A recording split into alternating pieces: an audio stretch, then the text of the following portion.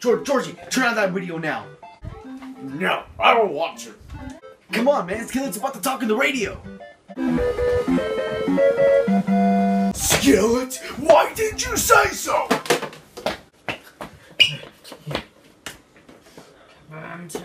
Turn on, girl.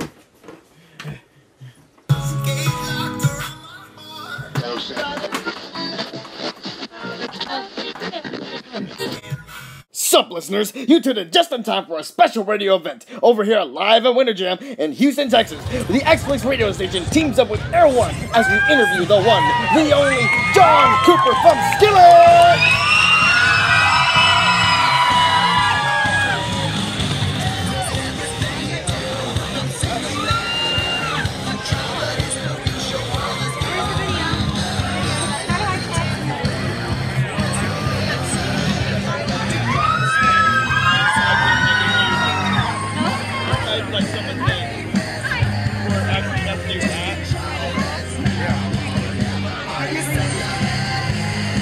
Alright, so here's the deal. It's going to be just like we've been doing all day.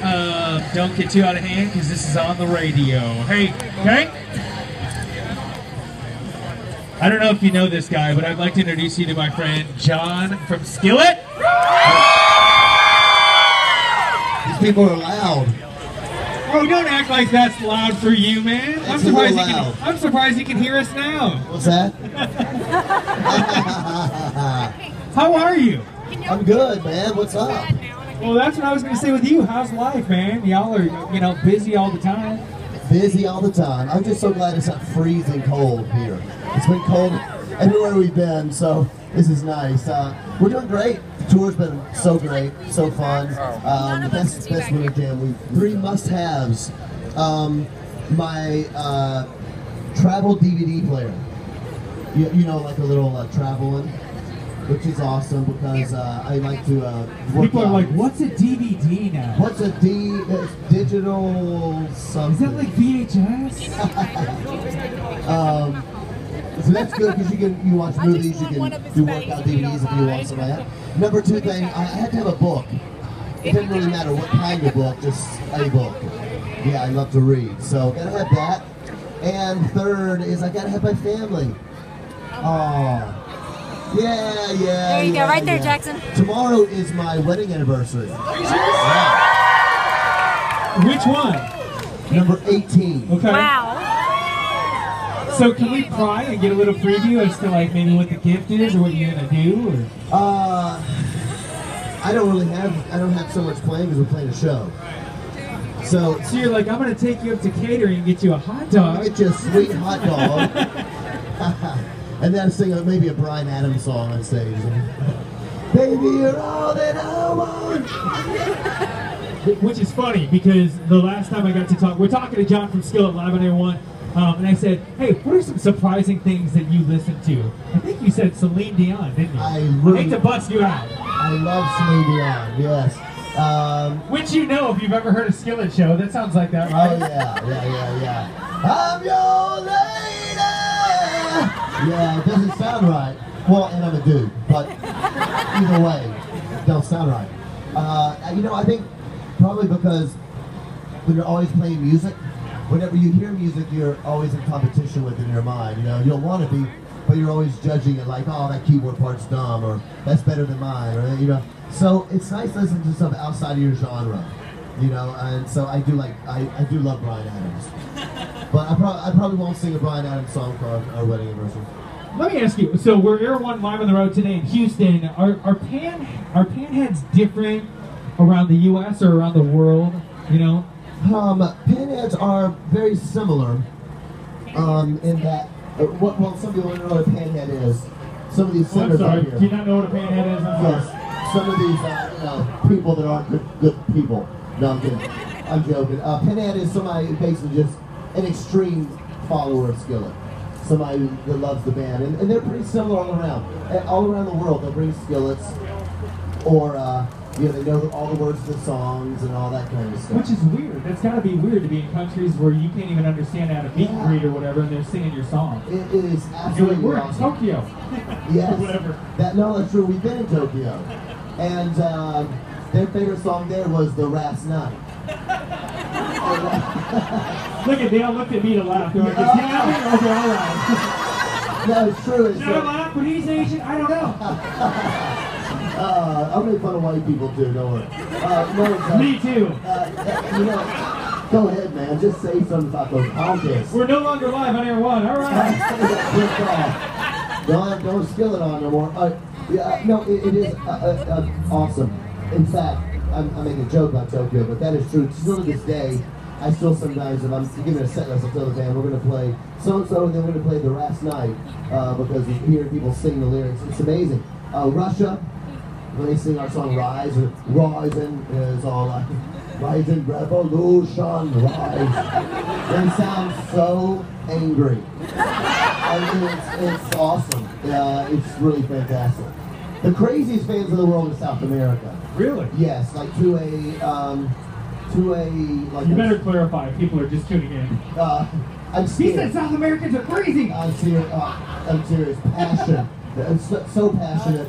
And you have to have security. I mean, you get to the airport, and there'll be a few hundred people there, and they're singing your songs, they're grabbing you, and they're freaking out. They like love you so much they might kill you. So you have like, you know, security, and those fans are the loudest show we've ever played. Yeah, in South America. It was. I would like to see us do that tonight. I'd like to see if this place can outdo that. So. Yeah, that would be nice. Seriously, I got to the chorus, and we opened the show with Hero. Got to the chorus of Hero, and I could not hear the band play. You were in drums. Yeah. Yeah, I was just like, I can't hear anything. This crowd was so loud. Bananas. So tonight we gotta see if all these, you know, redneck Caucasians out here can.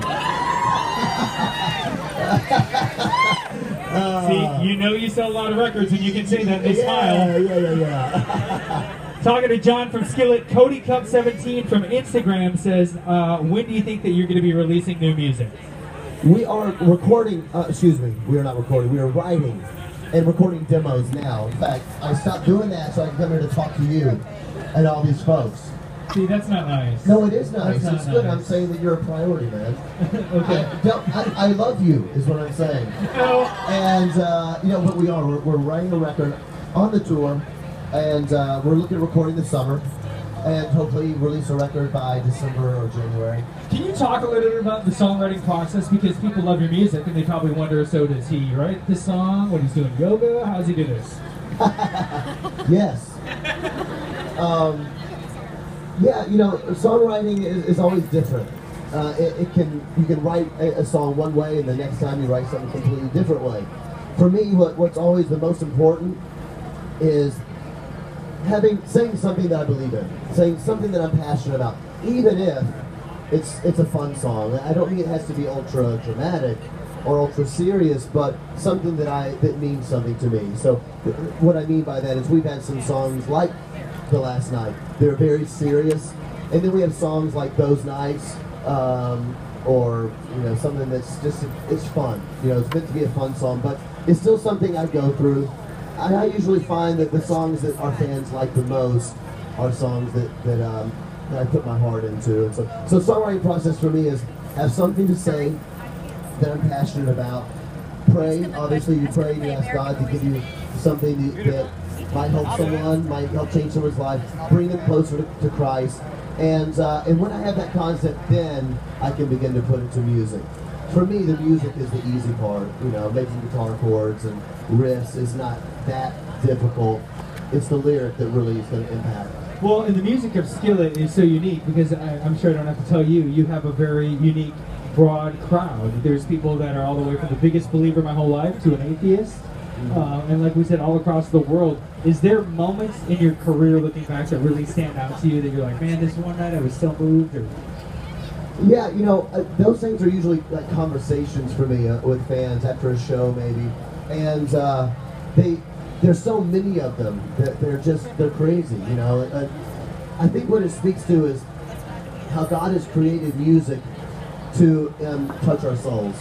And we know that music is eternal. You know, music is one of the few things that we can take with us, if you will, that we know will be in heaven for eternity as we worship the Lord. So I think that God created music to speak to people. So it's amazing.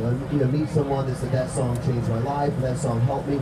You know, one of the things that really, this is completely random, but this is a cool story. This is like a brag on God type story. Is it okay if I brag on God a little bit, all right? Yeah. So a couple years ago, our song Hero was on the NFL commercials. And so next one they said, I heard this song in the NFL and I loved it. I didn't know who it was. So me and my husband, we went to the NFL website. We found out who the band was. We started listening to the band. We bought the album. And I wanted to know what the song was about. So I went to YouTube and I found an interview of John doing an interview about the song Hero, about what it's about. And you said that your hero is Jesus Christ. So we decided to go to church. So she got saved. Then she led her husband to the Lord, and they said, so now it's been a year since we've been saved, and we quit working in the pornography film industry. They were filmmakers, and were so changed by the gospel that they quit their jobs, and they started up a ministry to people that work in the pornography industry and stuff. And I thought that was amazing. From a football commercial, right? You know, so that's something that only God can do. You can't plan those things, and you can't brag about those things. You go, wow, God's going to use people to change lives. He's going to change their lives whether you are involved or not. But He's giving all of us a chance to do His work and to be involved, and I think that's epic. We are talking to John from Skillet on Air 1. Ted Nurse Patty from Instagram wants to know, hey, I want to know more about their kids. We talk so much about you. She wants to know about your kids. More about our kids. Our kids are awesome. My daughter's 12. My son is 9. And they are just fantastic. You know what's really cool about this is that my kids, they like being on the road. They've been on the road since they were babies. But I think my kids feel a calling from God to be here. So I think the way that my wife and I kind of raised them is that everything you do in your life, you don't just do it because you have to. You ask God how He can use you while you do it, right? It's like telling the world about Christ as you go. And so my kids feel like a calling from the Lord to be on the road with us. And I think the awesomest time for me was we were touring with a secular band a few years ago. And one of those bands had their kids out.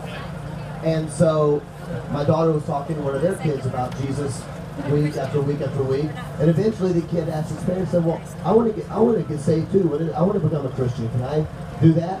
And so we got to talk about what it means to be a Christian, what it means to be saved. And at the end of the tour, this guy in this band said to me, he said, I want to thank you because your kids, leading my kid to the Lord, has made me realize I need to get in church. I need to get my life right with the Lord and stuff like that. So God does these amazing things, and it's cool that my kids get to be a part of that. You know, they're passionate about that calling. Sock Monkey Dipper from Instagram, sorry that I had to say that handle on the air, has a very deep question. Do they like or hate sports? It's very important to the future of sport kind that I get this answered. We like sports, especially our guitar player Seth. He is into anything that has to do with Ohio. And I've never seen anybody like Ohio, a state so much. But yes, we all do like sports to varying degrees. I like basketball. Wow. I'm going to let you guys ask John a couple questions here, but before we do, because the last time I talked to you, we had such a riot.